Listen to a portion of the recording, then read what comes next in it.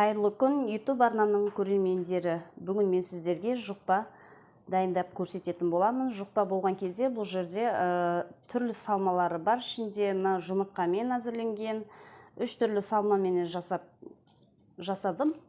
Ішінде сыр салынған салма және де картоппен салынған салма. Картопты қуырып, пиязбенен өте дәмді, ауызда еритін, ерекше тағамның түрі. Сіздерге осындай жасап көрсететін боламын. Ұнаса, сіздер де жасап көріңіздер. Каналыма тіркелуді ұмытпаңыздар. Видеоны міндетті түрде соңына дейін қараңыздар. Бұл мен үшін өте маңызды. Бүгін мен сіздерге үйде ет болмай қалған кезде тез әрі оңай дайындалатын тағамның түрін дайындап көрсетпекшімін. Ол үшін бізге міне шамалы ұн, мына жерде менде жылы суға мен шай қасықпен тұз салдым. Сіздер шамасына қарай, дәміне қарай көресіздер. Енді бұл суымызды мынау електен алдын ала өткізілген ұнымызға аз мөлшерден құя отырып, жұмсақ қамыр илейтін боламыз. Қамырларыңыз қатты болып қалмасын. Қатты болып қалмас үшін жайменде осылай қамырды илейміз. Суды аз-аздан құя отырып, су аз болатын болса тағы да алып араластырып қоссаңыздар болады. Сіздер өздеріңіз көресіздер қанша көлемде жасайтындарыңызды. Міне осылай илеп аламыз қамырды. Сосын шамамен 3 шай қасық сұйық май қосамыз. Қоссаңыздар да болады, негізінде қоспасаңыздар да болады, өз қалауларыңыз. Мен жұмсақтау болсын деп кішкене сұйық май араластырдым. Бастысы қамырымыз жұмсақ, қатып қалмау керек, қатты болып қалмау керек. Сонда біздің дайындап жатқан тағамымыз, тіске басарымыз, яғни жұмсақ әдемі болып шығатын болады. Міне осылай қамырды біркелкі болып илеп, 15 минутқа бетін жауып қоятын боламыз.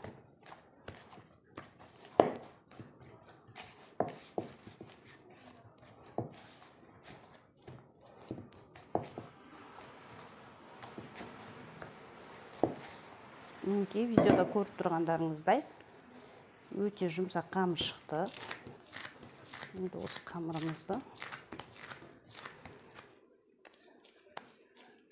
қамырымызды қазір кішкене ұн себелеп, мен зуала жасап қойып қоятын боламын. Міне астына былай ұн сеуіп жібересіздер. Осылай зуала жасап қоямыз. Қамырымыз июі қанып, 15 минутқа қойып қойсаңыздан кейін, әбден өзінің июі қанып, жаюға дайын болады.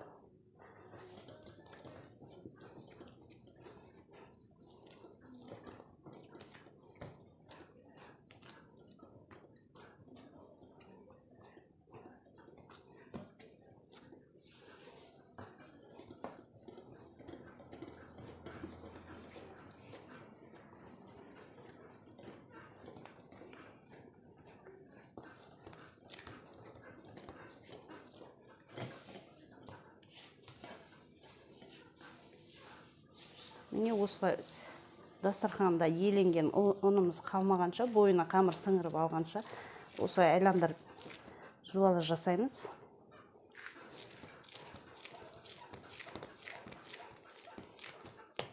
Міне өте жұмсақ, видеода көріп тұрғандарыңыздай өте жұмсақ. Қазір бұның бетін жауып, қалдырып қойып қоятын боламыз бір шетке. 15 минутқа қойып қоямыз. Енді мына жерде көріп тұрған картошка мен пияз, және де ірімшік, және де 5 жұмыртқа алдым. Бұны мен қазір дайындап болғаннан кейін сіздерге көрсететін боламыз. Бұны қамырымыздың ішіне салып, әртүрлі салманы бөлек-бөлек дайындап алып, салып, қамырымызды чебурекке құсатып жасап, пісіретін боламыз. Қазір осы қамырымызға қазір кішкене ұн себелеп, мен зуала жасап қойып қоятын боламын. Міне астына былай ұн сеуіп жібересіздер. Осылай зуала жасап қоямыз. Қамырымыз июі қанып 15 минутқа қойып қойсаңыздан кейін әбден өзінің июі қанып жаюға дайын болады.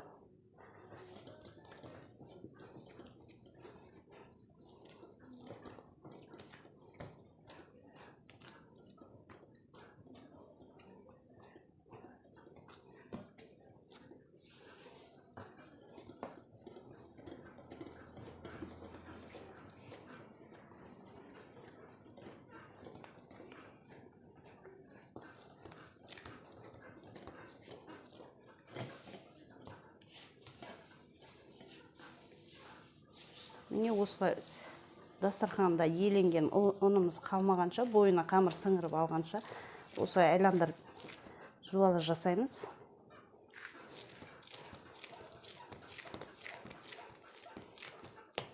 Міне өте жұмсақ. Видеода көріп тұрғандарыңыздай өте жұмсақ. Қазір бұның бетін жауып, қалдырып қойып қоятын боламыз бір шетке. 15 минутқа қойып қоямыз. Мына жерде көріп тұрған картошка мен пияз, және де ірімшік, және де 5 жұмыртқа алдым. Бұны мен қазір дайындап болғаннан кейін сіздерге көрсететін боламыз. Бұны қамырымыздың ішіне салып, әртүрлі салманы бөлек-бөлек дайындап алып, салып, қамырымызды чебурекке құсатып жасап, пісіретін боламыз қазір. Міне мен сіздердің уақыттарыңызды алмайын деп, бұлай пиязымызды ұсақтап турадым. Картофелімізді да осылай ұсақтап тураймыз. Қазір бұны енді азғантай майды құйып, пиязымызды салып, қуырамыз. Оның үстіне картофелімізді салып, тұз, қара бұрышын салып, қуырып аламыз жақсылап. Жұмыртқаны да дәл сол сияқты бөлек майға, аз майға бөлек қуырып аламыз. Және сырымызды тарелкаға үгітіп, дайындап аламыз. Содан кейін барып қамырына кірісетін боламыз. Қазір мен сіздерге қуырып көрсетейін. Табамызды отта осылай қыздырып аламыз. Үстіне мен шамамен енді көз мөлшерімен құям. Енді сіздер өздеріңіз көресіздер. Міне картофелімізбен пиязымызды қуырғанға. Қазір осы қызғаннан кейін пиязымызды салатын боламыз.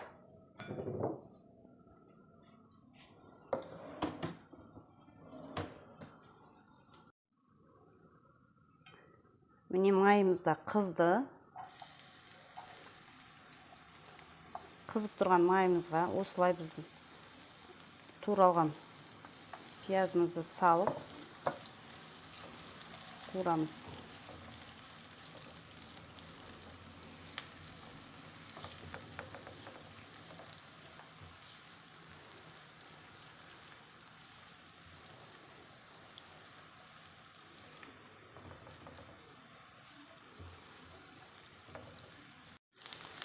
Міне көріп тұрғаныңыздар, біздің пиязымыз қуырылып жатыр. Осының үстіне майда ұсақтап туралған картофелімізді саламыз.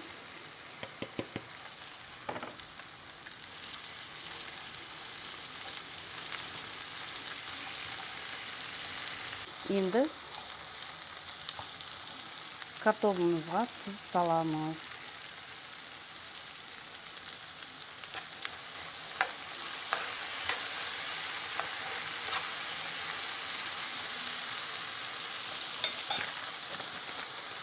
Және қалауларыңызша қара бұрыш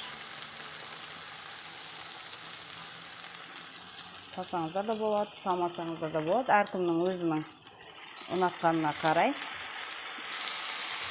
Мен қара бұрыш салғанды жақсы көремін. Сондықтан шамалы қостым. Сіздер енді өздеріңіз ұнатсаңыздар қосыңыздар. Ұнатпасаңыздар жай ғана тұз қосып жасай берсеңіздер де болады.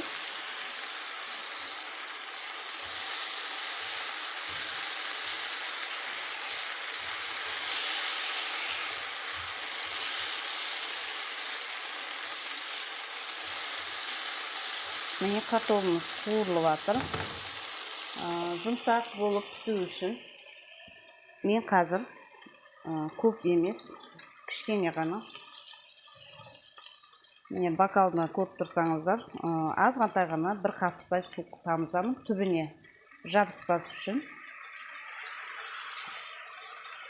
Міне осылай су тамызып, суды көп құймаңыздар. Картошка сәл жұмсарып піссе болды. Картошка деген тез піседі, сондықтан астын жай қойып, жай отта бетін жауып қоямыз.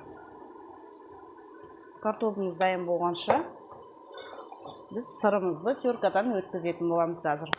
Міне осы сырымызды өткіштен осылай өткізіп аламыз.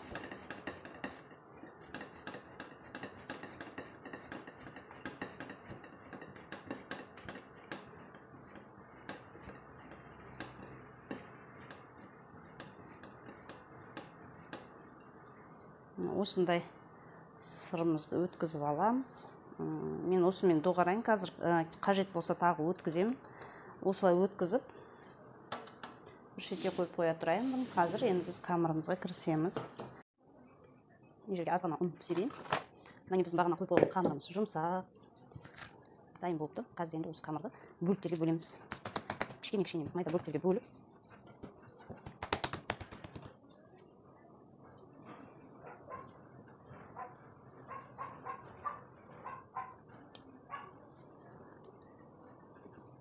бөліктерге бөліп аламыз.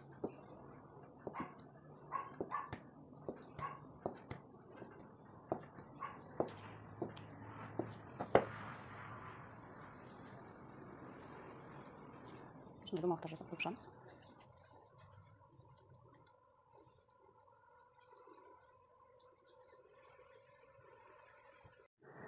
Міне мен осындай домалақтар жасап шықтым. Менде 19 штук шықты. Қазір енді салмамыздың бәрі дайын болғанша бетін жаба тұрамыз.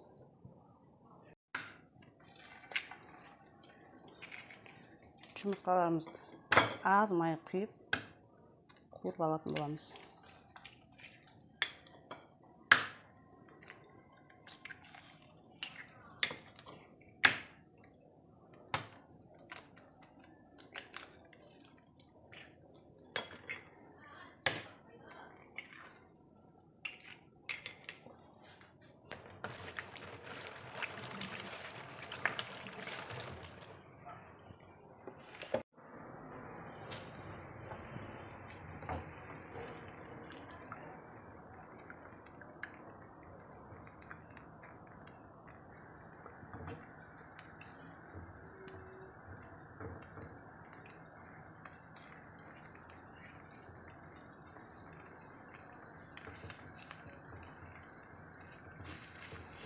Осылай араластырып қозғап қуыра береміз. Өйткені салманы салған кезде бізге майда бөліктерге бөлініп тұрған керек. Сондықтан араларын бөліп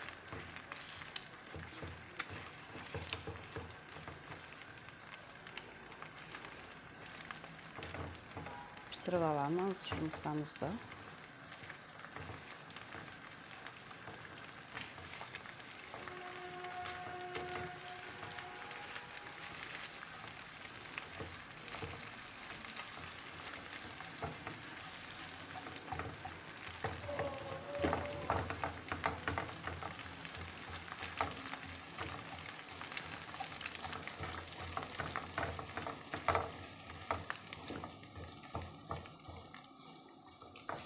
Біздің жұмыртқамыз да дайын. Арасында ірілер болса бөліп майдалап жүреміз.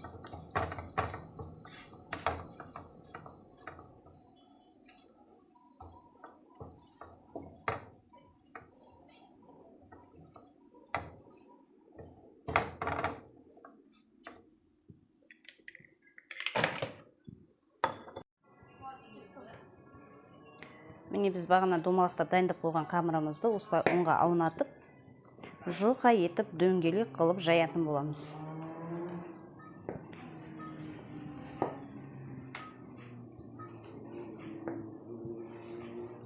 Өте жұқа етіп жаямыз.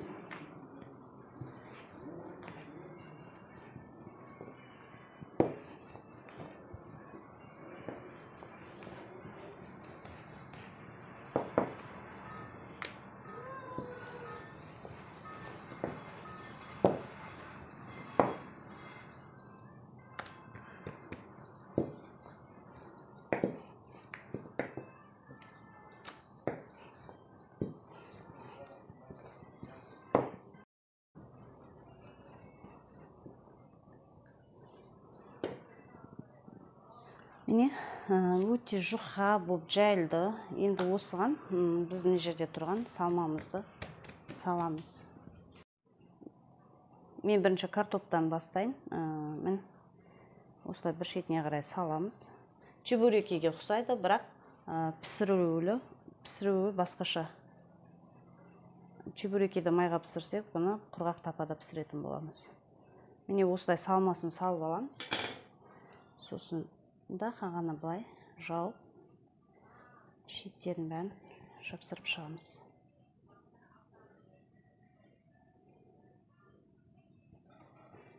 Ашылып кетпес үшін қаттырақ басып шығамыз.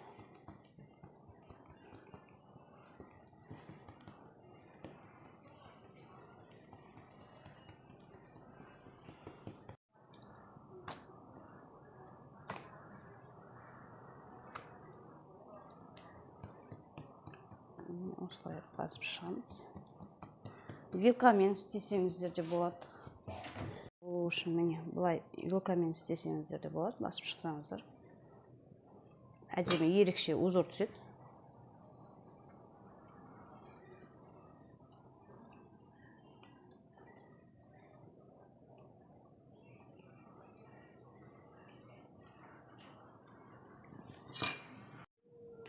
Ал енді бағанағы тюркадан өткізілген сырымызды саламыз. Бұны да осылай шетін қайтарып жауып шығамыз.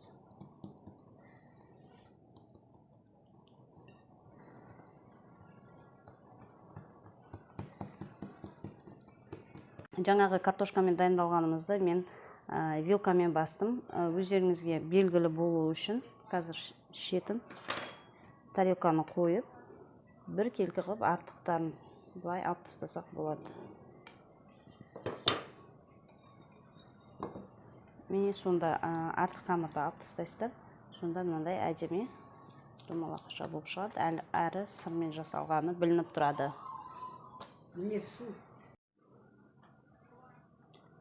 Жұмыртқадан дайындаған салмамызды саламыз.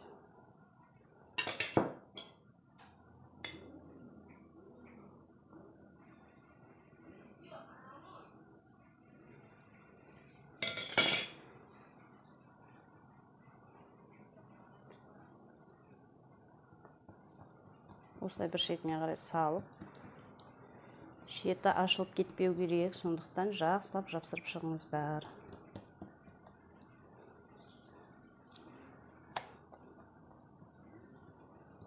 Тарелкамен кесіп алсаңыздар да болады, артығын алмай қойсаңыздар да болады. Өздеріңіз қалауларыңызша жасай бересіздер.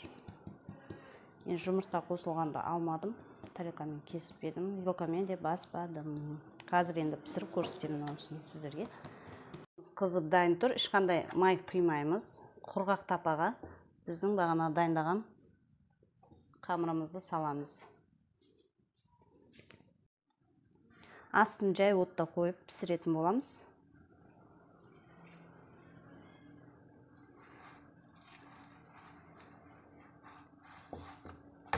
Қамырымыз қызарып піскенше ұстаймыз осылай. Мына шеттерін былай басып тұрсаңыздар болады, себебі ортасы көтеріліп кеткеннен кейін шеттері тапаға тимей қалуы мүмкін. Сондықтан шетін басып тұрсаңыздар қызарып әдемі піседі. Міне осылай екінші шетін аударасыздар. Жұқпа нанға ұқсап піседі. Қамыры өте жұмсақ және жұқа болып жайылғаннан кейін піспей қалады деп қорықпаңыздар, бұл піседі. Міне осылай қызарып шығу керек.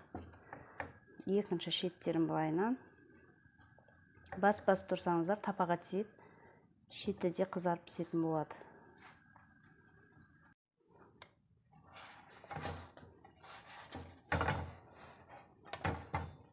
Көріп тұрғандарыңызда сүп-сүйкімді, еш жері күйген жоқ, барлық жері қызарып әдемі болып пісіп шықты.